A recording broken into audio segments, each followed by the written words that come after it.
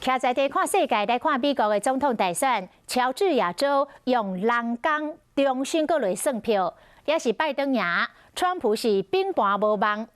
拜登甲前线护理师举行着视讯的会议，听因讲对抗疫情拄着的困难，是听甲目屎甘目钱，一直七目屎。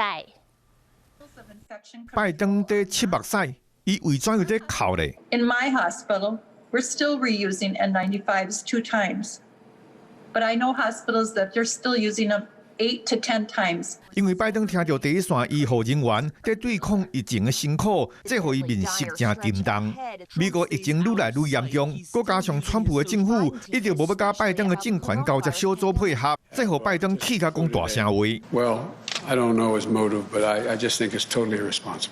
面对拜登一直在逃，现任的总统川普伊也是唔认输。卫生部长阿扎尔嘛表示，就要等甲美国的总务署宣布拜登当选，才会开始交接。We've made it very clear that when GSA makes a determination, we will ensure complete cooperative professional transitions and planning.